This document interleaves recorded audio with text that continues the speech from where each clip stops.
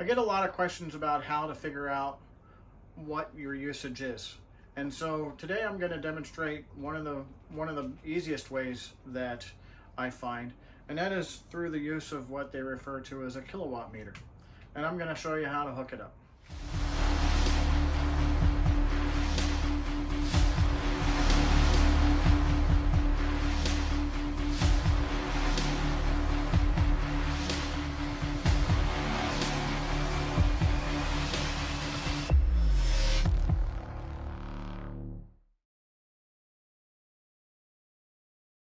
So the kilowatt meter you can find one on Amazon for fairly cheap. I'll post the link for it below. And then I also find useful an extra short extension cord. This one happens to be about 6 feet long. It's good for 1800 watts, which is what the meter is good for. So you plug your extension cord into your outlet, and then you can plug your kilowatt meter into the extension cord.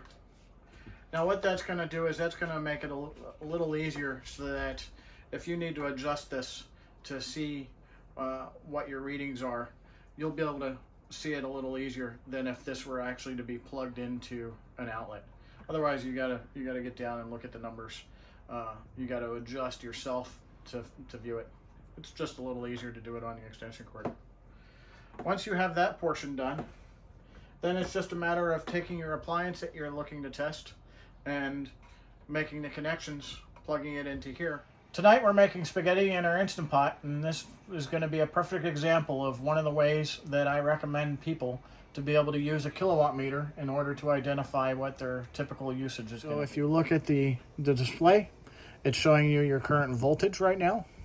By hitting the amperage, it'll show you how many amps it's drawing. And then if you hit watts, it shows you how many watts it's currently pulling. Now the Instant Pot uses a pretty high wattage when it's first on in order to cook the noodles. During the heating phase, it'll use the most current, but once it comes up to pressure, it will drop down. So you'll be able to see that here in a little bit as well.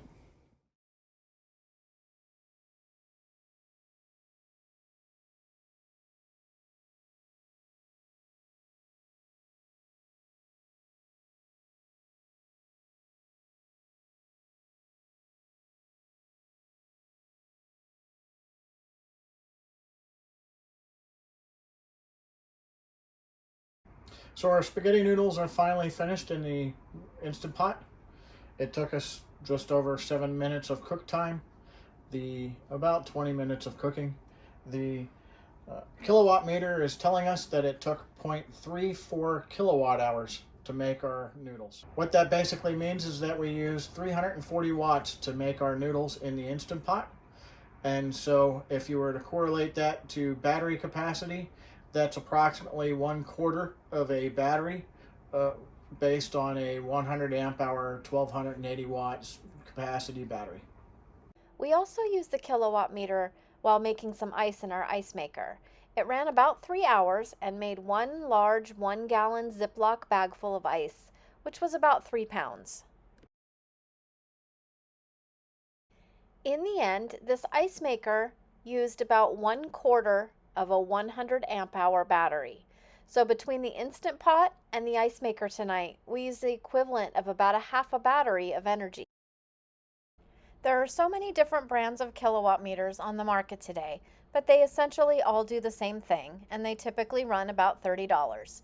If you're struggling to know how much power some of your appliances use, we suggest purchasing one and then using it all day with every appliance you use.